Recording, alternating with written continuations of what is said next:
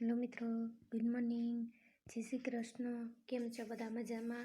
આપણે અસાધારણ મનોવિજ્ઞાનના સ્વરૂપ વિશેની જ્ઞાન એક્સ લેક્શનની અંદર ચર્ચા કરી હતી.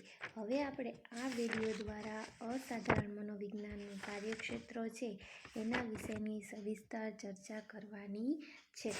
તો આપણા અસાધારણ મનોવિજ્ઞાનનું જે કાર્યક્ષેત્ર છે, બરાબર છે, એની અંદર તો કુલ પહેલાં 1 થી 10 લક્ષણો છે એ આવે છે. તો આપણે જે જ્ઞાન નેક્સ્ટ લેક્ચરની અંદર આપણે ચર્ચા કરી હતી ત્યારે આપણે જાણ્યું હતું કે અસાધારણ મનોવિજ્ઞાન છે એ અસાધારણ પ્રકારના વર્તનનો અભ્યાસ કરે છે, બરાબર છે.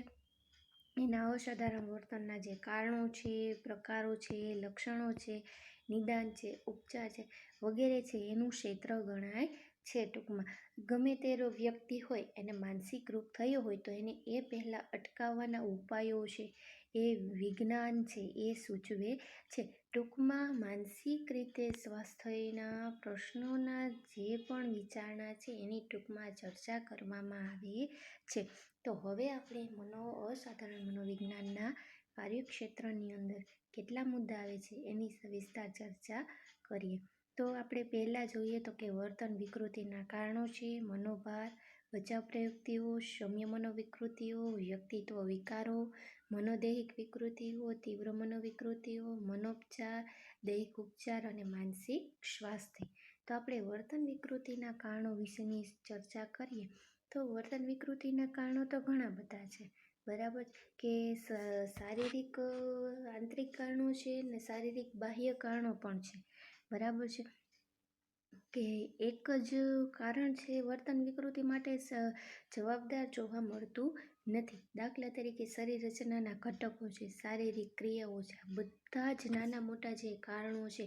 પછી પ્રદૂષણ છે, પ્રત્યક્ષીકરણ છે, હતાશા, સંઘર્ષ, પ્રત્યક્ષીકરણ, બરાબર.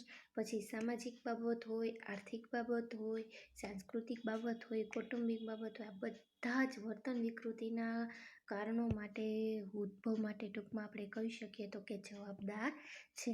તો આ આપણે વર્તન વિકૃતિના કારણો વિશેની ચર્ચા કરી. ત્યારબાદ છે મનોભાર. તો કે વ્યક્તિનું જ્યારે માનસિક સ્વાસ્થ્ય છે બગડવાનું કારણ હતાશા હોય, બરાબર, કે વ્યક્તિને એના જીવનમાં જે મળતી નિષ્ફળતાઓ છે, નિરાશાઓ છે, બરાબર, આ મનોભાર છે એ એક પ્રકારનું માનસિક રોગોનું મૂળ છે એવું કહી શકીએ.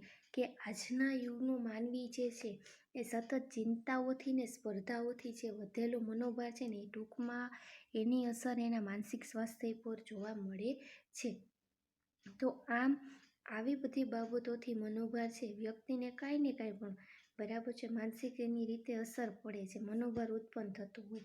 દાખલા તરીકે બેકારી છે, છૂટાછેડા છે, અન્ય આપત્તિજનક સમસ્યાઓ છે, આ બધાના કારણે મનોભાર છે તે ઉત્પન્ન થતો જોવા મળે છે. ત્યારબાદ છે બચાવ પ્રવૃત્તિઓ. તો વ્યક્તિની મહત્વની જરૂરિયાતો છે એ સંતોષાય નહીં, બરાબર, તો એના જે સંતોષાતી નથી ત્યારે વ્યક્તિ હતાશ થાય, અથવા તો એને જે લક્ષ્ય પ્રાપ્તિના માર્ગ છે એમાં અવરોધ આવે ત્યારે પણ વ્યક્તિ છે એ હતાશ થાય. વ્યક્તિનો એનો પોતાનો અહમ છે એ ખવાય. ત્યારે આવી પરિસ્થિતિ ઉત્પન્ન થાય ને ત્યારે વ્યક્તિ છે એ અસલામતી અનુભવે છે. એની માનસિક સમતુલા છે એ જોખમમાં મુકાઈ જાય એક પ્રકારની, બરાબર.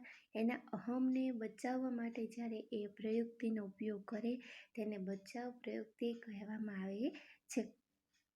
બચાવ પ્રયુક્તિના ઘણા બધા ઉદાહરણો છે. દોષારોપક છે, પ્રલયનાત્મક છે, બરાબર, ઘણી બધી બચાવ પ્રયુક્તિઓ છે.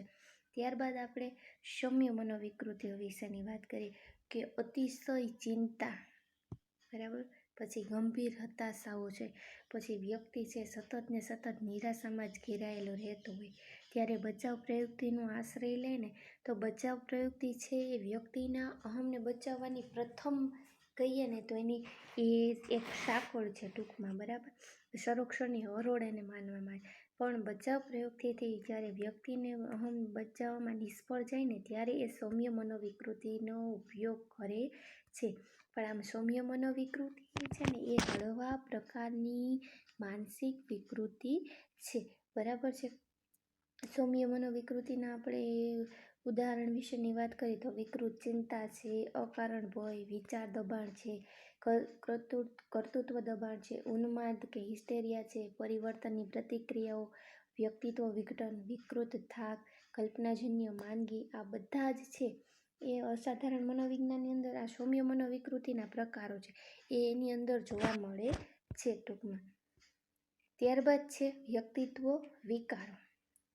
ચારિત્ર વિકૃતિઓ કે વ્યક્તિત્વ વિકૃતિઓ હોય એ તીવ્ર મનોવિકૃતિઓ કરતાં જુદી છે કે અલગ પ્રકારની. વ્યક્તિત્વના બંધારણમાં જ્યારે ખામી ઉદ્ભવે ને ત્યારે આ પ્રકારના વિકારો છે તે ઉત્પન્ન થાય. દાખલા તરીકે મસ્તિષ્ક, માથામાં થતી ચેપી અસરો, પછી માથામાં થતી સમસ્યાઓ, ફેફસાને લગતી સમસ્યાઓ, આ બધા શું છે તો કે વ્યક્તિત્વ વિકારો છે. વ્યક્તિત્વ વિકારો મુખ્યત્વે 3 પ્રકારના જોવા મળે છે. પહેલા આવશે તો કે વ્યક્તિત્વ ભાત અને લક્ષણ, બરાબર. પછી એની અંદર દાખલા તરીકે વ્યક્તિનું અસ્થિર વર્તન, આક્રમણખોર વર્તન હોય એ. પછી બીજું તો કે સમાજ વિરોધી વર્તન, ટૂંકમાં અયોગ્ય વર્તન હોય તે. ત્યારબાદ ત્રીજા પ્રકારમાં આવશે તો કે તોતડાવું, વારંવાર મોઢામાં નખ નાખીને નખ કાપવા, બરાબર છે. યોગ્ય જગ્યાએ અયોગ્ય ચેષ્ટાઓ કરવી, તો આ બધું એની અંદર એનો સમાવેશ થાય છે. ત્યારબાદ છે તો કે મનોદૈહિક વિકૃતિઓ. માનસિક કારણોથી ઉત્પન્ન થતા જે શારીરિક રોગો છે એને આપણે મનોદૈહિક વિકૃતિ કહી શકીએ છીએ. દાખલા તરીકે માનસિક રોગોની, શારીરિક રોગોની સારવાર છે એના માટે આવતા જે ત્રીજા ભાગના દર્દીઓ છે ને એ મનોદૈહિક વિકૃતિથી પીડાતા હોય.